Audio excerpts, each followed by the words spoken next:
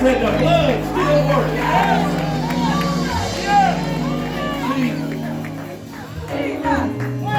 I think the choir had another song they wanted to sing, but the Lord placed it in my heart. The blood still works. See, there's so much going on in the world today. Thanks to God, the blood still works. See, we ain't worried about Corona today because the blood still works. On my way to church today, I passed this big church. Just got finished building another school as a part of the church. Normally, you can't get in the parking lot. It was a few cars in there today. But the blood still works. Came on down the road. Another big church. Parking lot empty. The blood still works. This is not the time for the saints of God to start running and hiding because the blood still works. Now, don't get me wrong. We all got to use common sense. Ever since I've been coming here, we've all been taught, if you sick, stay at home. That's right. But if ain't nothing wrong with you, the blood still works.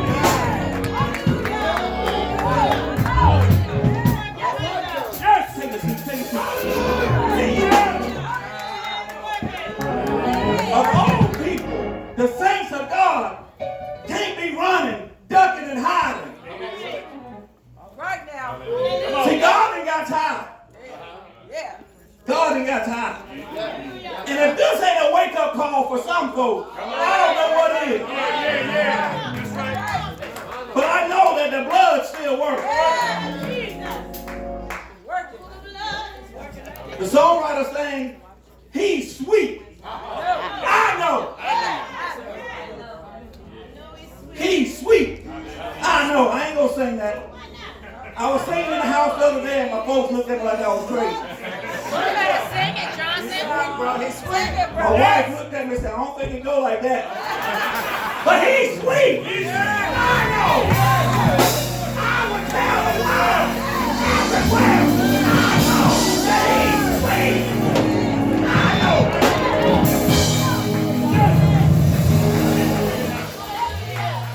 The song was raining in my heart all week long. All week. Hey! Because he's sweet. Yes, he is. Sweet. Yeah. Sweet. Sweet, I know. Yes. I'm trying to calm Better down. sing that. He's Go ahead. I know. Yes, yes. I'm going to invite your attention to St. John, the 14th chapter. Very familiar scripture. Very familiar chapter. One of my favorites. But a lot of times when you hear it, normally it's at a funeral. Yeah. Where the preacher wants to comfort the family. But see, we find Jesus here comforting his disciples.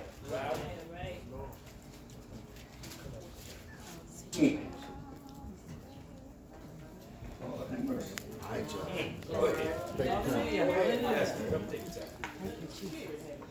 Let not your heart be troubled. Yes. You believe in God, believe also in me. In my Father's house are many mansions. If it were not so, I would have told you. I go to prepare a place for you. And if I go and prepare a place for you, I will come again and receive you unto myself.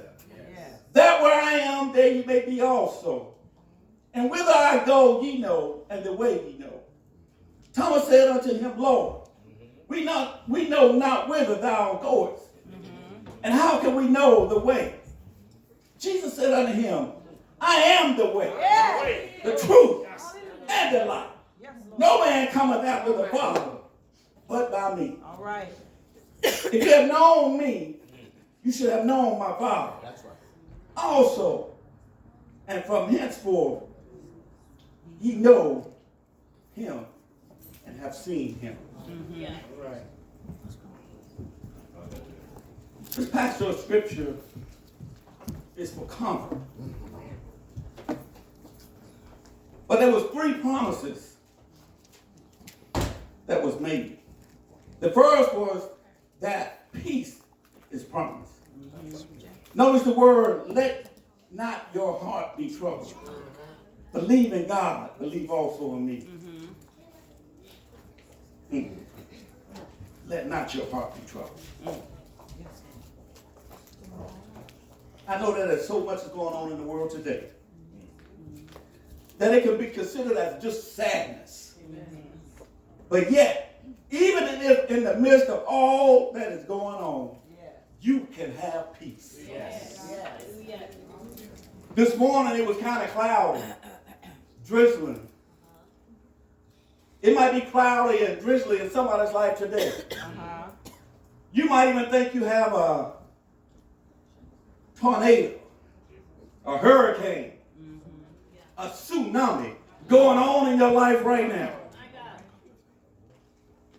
And not knowing which way to turn. And this tsunami thing, I found out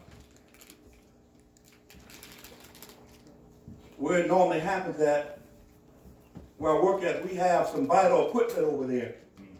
So I found out about these tsunamis. What it is it sucks all the water out. And then when it releases, it all comes in. Comes in and just floods everything. I'm talking about the water from the ocean. Could you just imagine how far that goes back? And it just bring it all tumbling in. That might be going on in your life today. But I want to let you know that you can have peace. Amen. Even in that. Yes. Why? Because we have faith. We believe. We believe that even in the midst of the storm, in the midst of that storm, even in the valley of the shadow of death, there can be peace that passes all understanding. Go ahead now. Because we know that God is with us. That's what Psalm 23 tells us.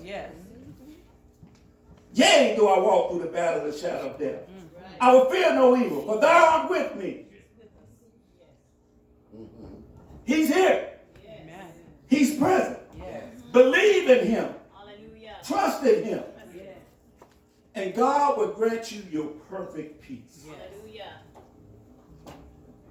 The second thought of comfort is that God has prepared a place for us.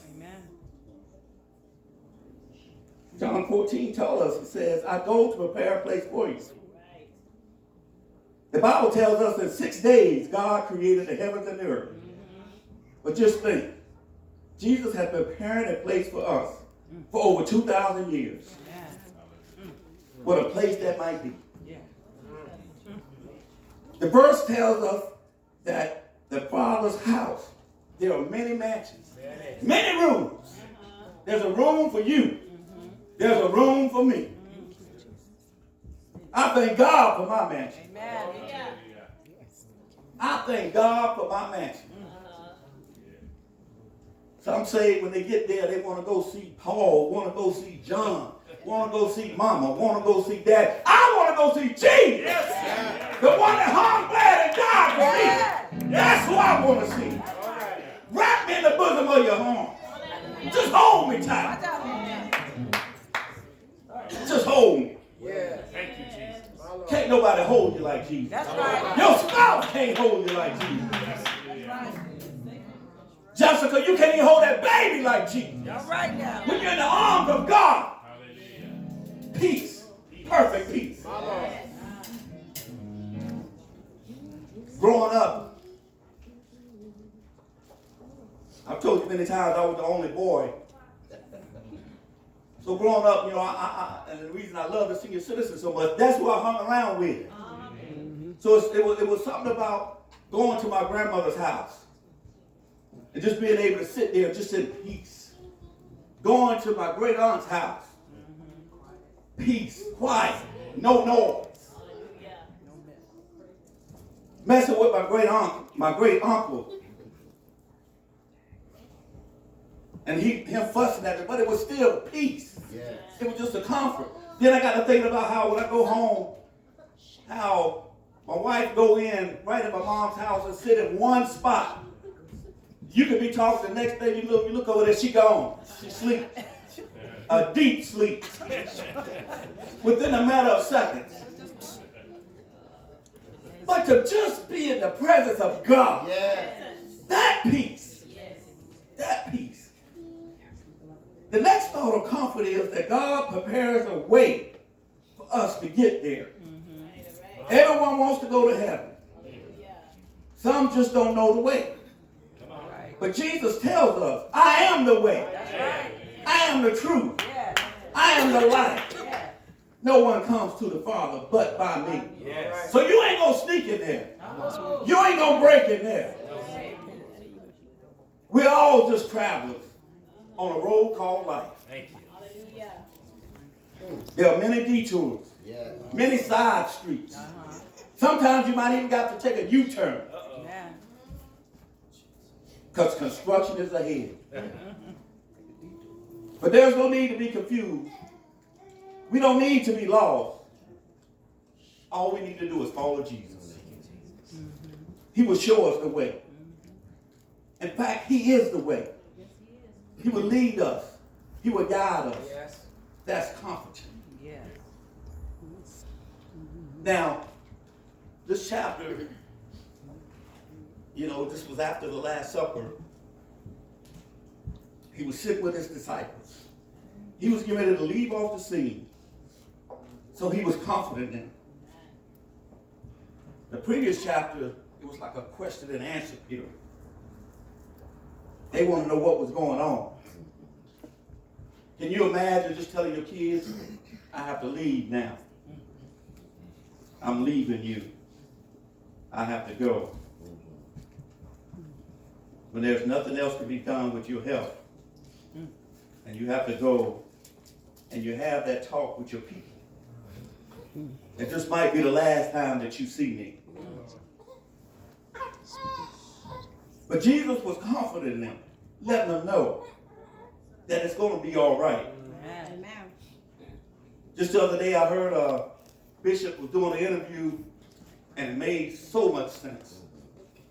How he had went through so much stuff. Diagnosed with cancer. His mom died. And something else, I can't remember what the third thing was. All of it happened in the same year within the matter of months. And he said when his mom died, that was it. He was about ready to give up.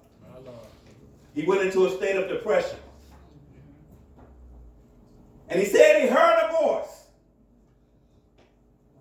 Said, what about the times you was comforting this person?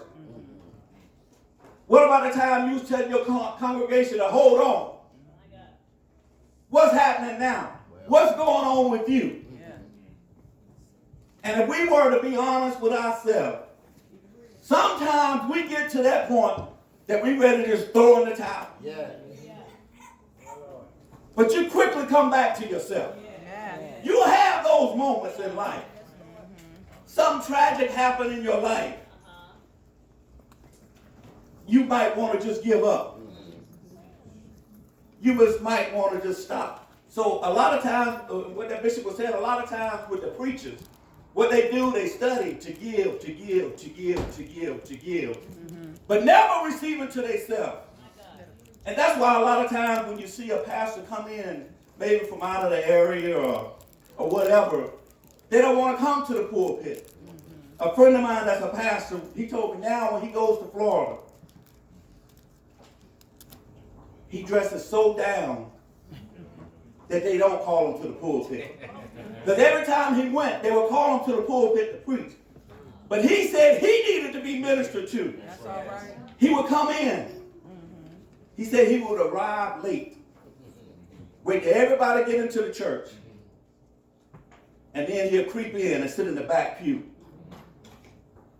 And he said, I'll be so underdressed because I don't want them to call me up here. Because I need to be ministered to. Amen. Minister, we need to be ministered to too. That's right. We need to take it in. As I said before, we study. But we're studying to give to someone else. Sometimes we need encouragement. Sometimes we need somebody to come and say, it's going to be all right. I'm praying for you. Hold on, my brother. Hold on, my sister.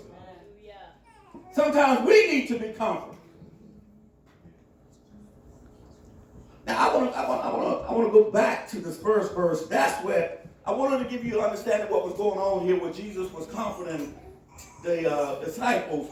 But what I really want to deal with is this first verse. Let not your heart be troubled. All right. Ye believe in God, believe also in me. Now we all know that the heart is a muscular organ, about the size of a fist, located behind slightly the left breastbone. The heart pumps blood through the network of arteries and veins so that you can live. The heart is a very important part of your life. Yes. See, you can be in a coma, but you're still alive.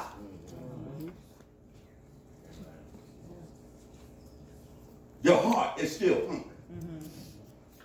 I never forget. See, I know something about a heart. My father passed away with heart complications. But I never forget, he had told my mom, don't let them put me on a machine. Don't do it. The man went home. The next day, my mom had went to work. Nobody in the house but him. We found out this after he had passed away.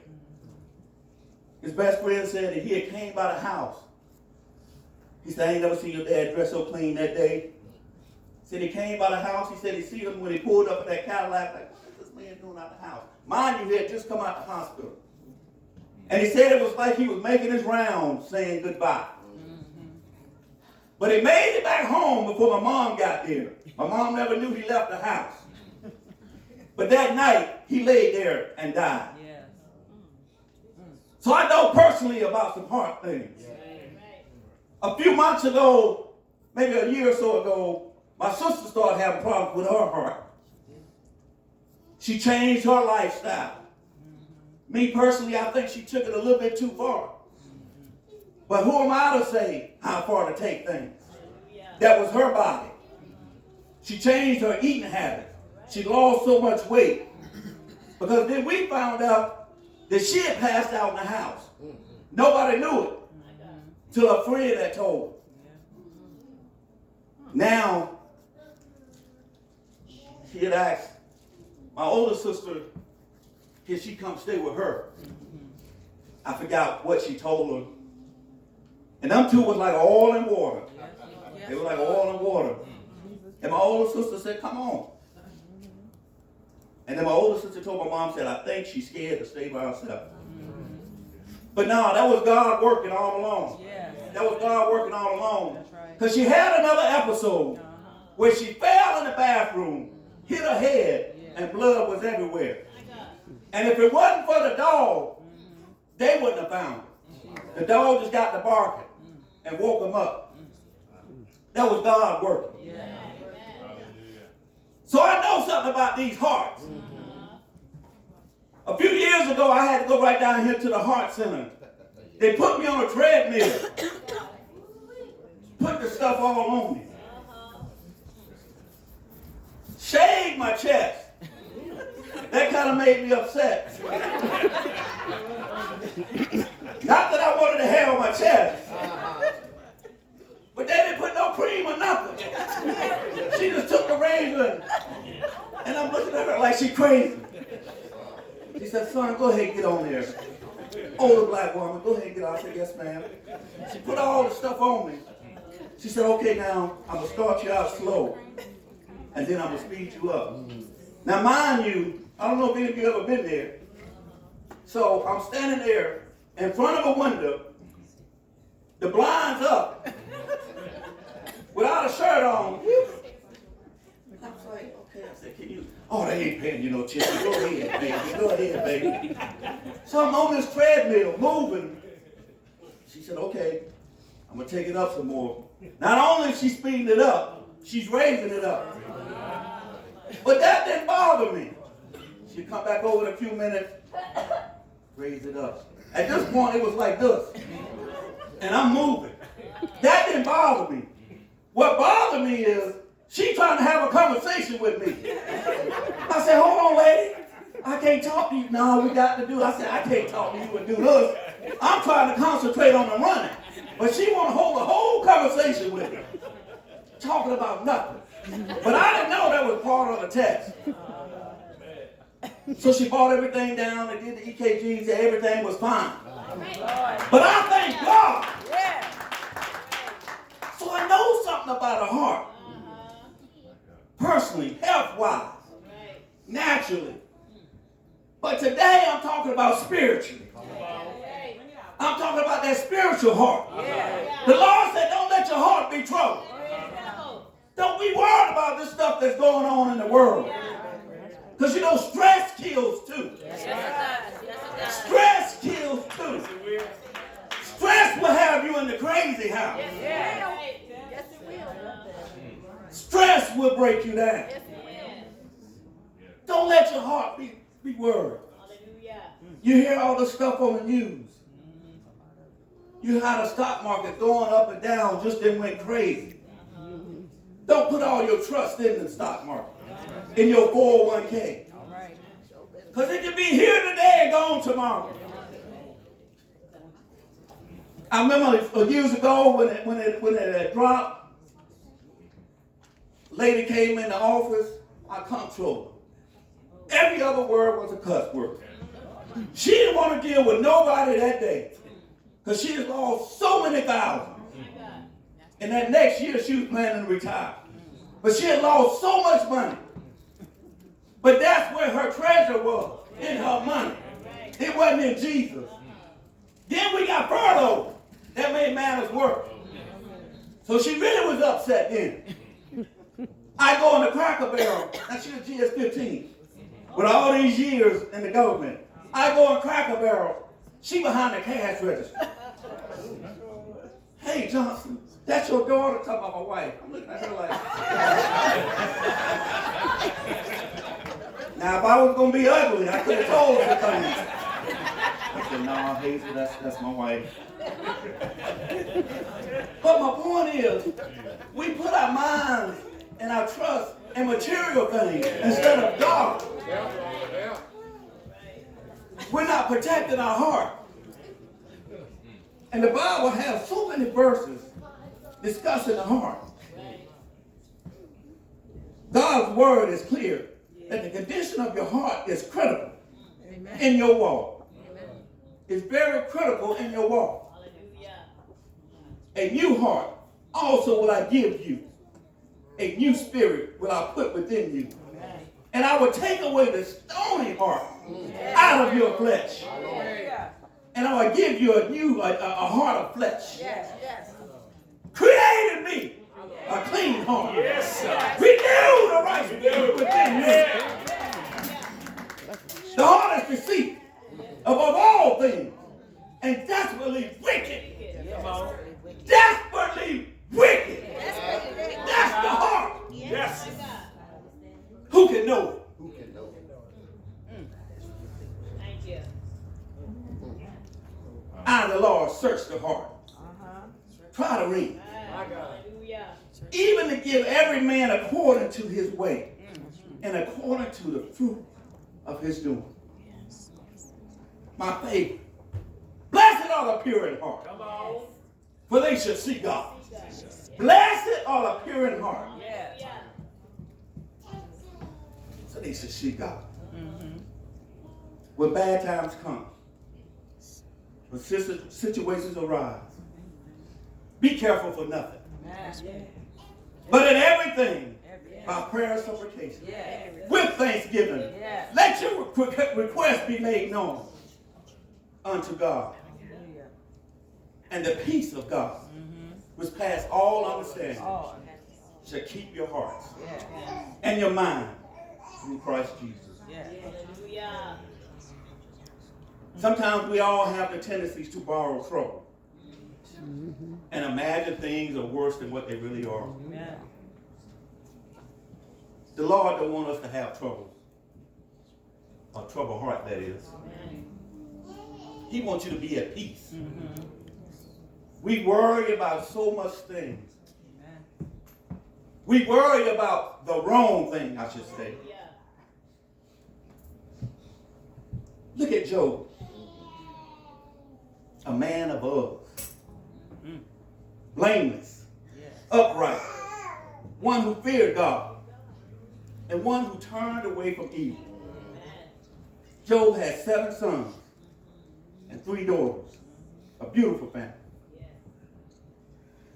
He was considered the greatest of all the men of the East.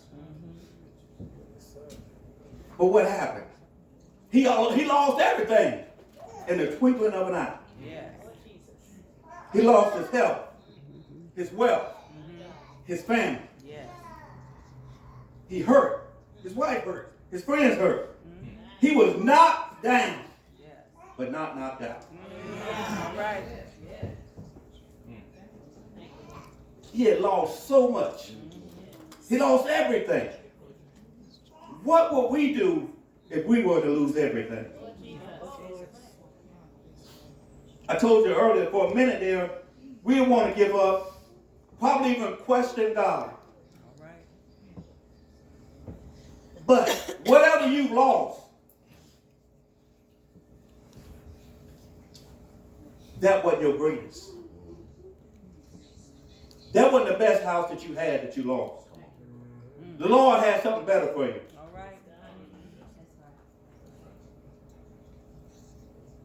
You might have lost a loved one. And I'm not going to say that that wasn't your greatest. But we live to live again. So we know this. We know eventually that we're all going to have to die. We all going to have to leave here. We all going to have to take that sleep. Some will be that sweet rest. Some will not be. Stop. Rewind. We'll say it again. Some will be that sweet rest. Some will not be. When that dirt hit that box, that's just the shell of the body.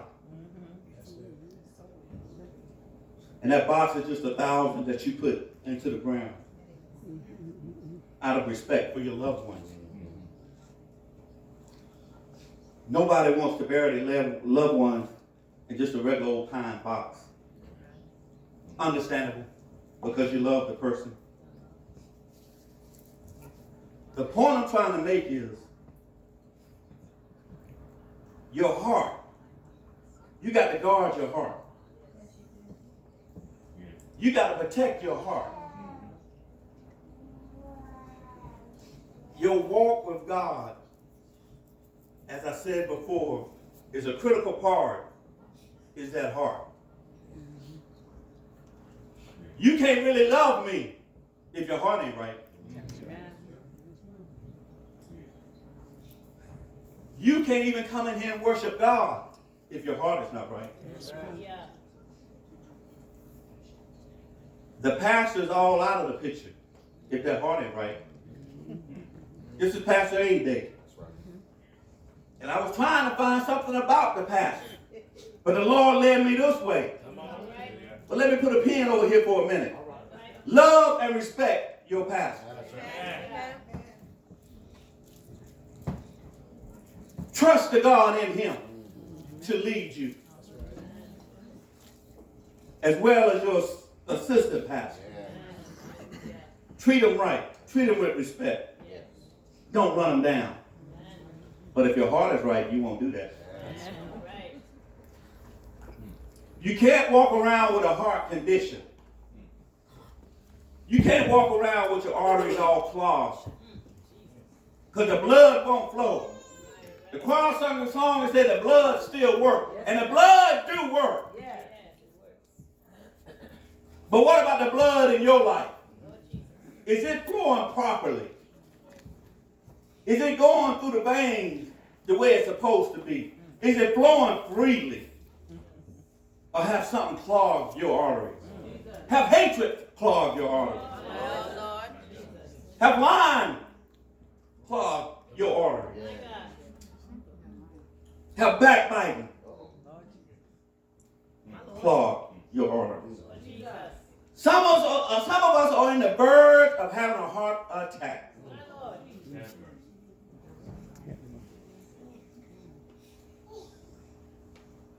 And some of us might have the spiritual heart attack and might not can be revived. We don't want that. We want to be revived. In other words, we want a second chance. Get your heart right. Take the precautions. Run if you have to. You know, with heart conditions, there are things that you have to do. You have to watch your weight, watch what you eat, exercise, and so on and so on. So spiritually, there's some things that you have to do for this heart. Amen. You got to pray. Yes. You got to fast. Yes. You got to pray. You got to fast. All right. You got to read your word. Yes. Follow the script. Follow the script that the Lord has left here for us. These 66 books. If you ever have any doubt, open the Bible up. Ask the Lord to lead and guide you. Yes. Open your understanding. Amen. You can't walk around and roll your eyes at me and then come shake the pastor's hand. Pastor, I love you. I'm praying for you.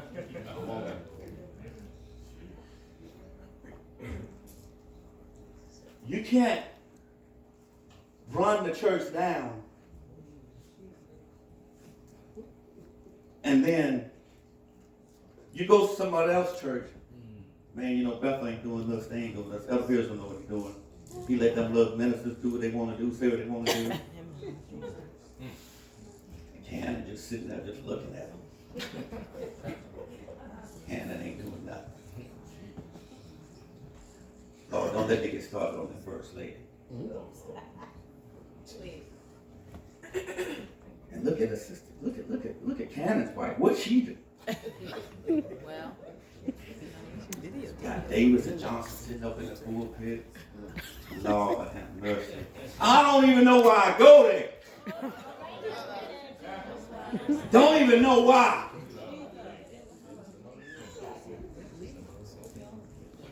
My bishop always here. My bishop do. That's what we do. We run our mouths.